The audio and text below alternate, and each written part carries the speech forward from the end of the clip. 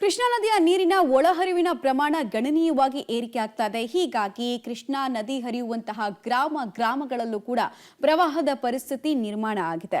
ಇನ್ನು ಒಳಹರಿವು 2,77,000 ಕ್ಯೂಸೆಕ್ ದಾಟಿದ್ದು ನದಿ ತೀರದ ಚಿಕ್ಕೋಡಿಯ ಯಡೂರ ಗ್ರಾಮಕ್ಕೆ ಕೃಷ್ಣಾ ನದಿ ನೀರು ನುಗ್ಗಿದೆ. ನದಿ ತೀರದ ಜಮೀನುಗಳು ಹಾಗೂ ಮನೆಗಳು ಸಂಪೂರ್ಣವಾಗಿ ಜಲಾವೃತ ಆಗಿದೆ. ಮಹಾರಾಷ್ಟ್ರದ ಜಲಾಶಯಗಳಿಂದ ಹೆಚ್ಚಿನ ನೀರು ಬಿಡುಗಡೆ ಆಗ್ತಾ ಇರುವ ಹಿನ್ನೆಲೆಯಲ್ಲಿ ಕೃಷ್ಣಾ ಒಳಹರಿವು ಇನ್ನೂ ಹೆಚ್ಚಳ ಆಗುವ ಸಾಧ್ಯತೆ ಇದ್ದು ಕೃಷ್ಣಾ ನದಿ ತೀರದಲ್ಲಿ ಹೈ ಅಲರ್ಟ್ ಘೋಷಿಸಲಾಗಿದೆ. ಈ ಕುರಿತು ನಮ್ಮ ಪ್ರತಿನಿಧಿ ಚೇತನ್ ಮಾಡಿರುವಂತಹ ಒಂದು ಪ್ರತ್ಯಕ್ಷ ವರದಿ ಇದೆ, ನೋಡ್ಕೊಂಡು ಬರೋಣ ಬನ್ನಿ.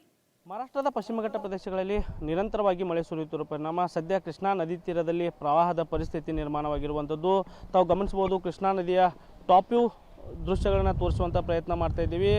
ಈಗಾಗಲೇ ಕೃಷ್ಣಾ ನದಿಗೆ 2,77,000 ಕ್ಯೂಸೆಕ್ಗಳಷ್ಟು ನೀರು ಹರಿದು ಬರುತ್ತಿರುವ ಪರಿಣಾಮ ಕೃಷ್ಣಾ ನದಿ ತನ್ನ ಪಾತ್ರವನ್ನು ಬಿಟ್ಟು ಹೊರಗೆ ಬಂದಿರುವಂಥದ್ದು. ಹೀಗಾಗಿ ಏನು ನದಿ ತೀರದ ಜಮೀನುಗಳು ಸಂಪೂರ್ಣವಾಗಿ ಜಲಾವೃತವಾಗಿರುವಂಥದ್ದು. ನದಿ ತೀರದಲ್ಲಿ ಬೆಳೆದಂಥ ಕಬ್ಬು, ಸೋಯಾಬೀನ್, ಗೋವಿನ ಜೋಳ ಹೀಗೆ ಬೆಳೆದಂಥ ಎಲ್ಲ ಬೆಳೆಗಳು ಕೂಡ ಕೃಷ್ಣಾ ನದಿಗೆ ಆಹುತಿಯಾಗಿರುವಂಥದ್ದು. ಕೇವಲ ನದಿ ತೀರದ ಜಮೀನುಗಳು ಮಾತ್ರವಲ್ಲ, ಕೆಲವು ಗ್ರಾಮಗಳಿಗೂ ಕೂಡ ಕೃಷ್ಣಾ ನದಿ ನೀರು ನುಗ್ಗಿರುವಂಥದ್ದು ದೃಶ್ಯದಲ್ಲಿ ತಾವು ಗಮನಿಸಬಹುದು. ಬೆಳಗಾವಿ ಜಿಲ್ಲೆ ಚಿಕ್ಕೋಡಿ ತಾಲೂಕಿನ ಯಡೂರು ಗ್ರಾಮದ ದೃಶ್ಯಗಳು ಏನು ನದಿ ತೀರದ ಪ್ರದೇಶಗಳಲ್ಲಿ ಈಗಾಗಲೇ ಏನು ಕೃಷ್ಣಾಯ ನೀರು ನುಗ್ಗಿರುವಂಥದ್ದು. ಹೀಗಾಗಿ ಕ್ಷಣ ಕ್ಷಣಕ್ಕೂ ಕೂಡ ಪ್ರವಾಹದ ಆತಂಕ ಈ ಭಾಗದಲ್ಲಿ ನಿರ್ಮಾಣವಾಗ್ತಿರುವಂಥದ್ದು. ಪ್ರಮುಖವಾಗಿ ಏನು ಮಹಾರಾಷ್ಟ್ರದ ಜಲಾಶಯಗಳು ಭರ್ತಿ ಹಂತ ತಲುಪಿರುವಂಥದ್ದು. ಈಗಾಗಲೇ ಅಲ್ಪ ಪ್ರಮಾಣದ ನೀರನ್ನು ಏನು ಮಹಾರಾಷ್ಟ್ರದ ಜಲಾಶಯಗಳಿಂದ ಬಿಡಲಾಗ್ತಾ ಇದೆ. ಇನ್ನೂ ಹೆಚ್ಚಿನ ಪ್ರಮಾಣದ ನೀರು ಕೃಷ್ಣೆಗೆ ಬರುವ ಸಾಧ್ಯತೆ ಇದೆ. ಕೊಯ್ನಾ ಜಲಾಶಯದಿಂದ ಈಗಾಗಲೇ 40,000 ಕ್ಯೂಸೆಕ್ಗಳಷ್ಟು ನೀರು ಹೊರಬಿಡಲಾಗಿದೆ. ಈ ಪ್ರಮಾಣವನ್ನು ಹೆಚ್ಚಿಗೆ ಮಾಡಿದ್ದಲ್ಲಿ 2,77,000 ಕ್ಯೂಸೆಕ್ ಪ್ಲಸ್ ಏನು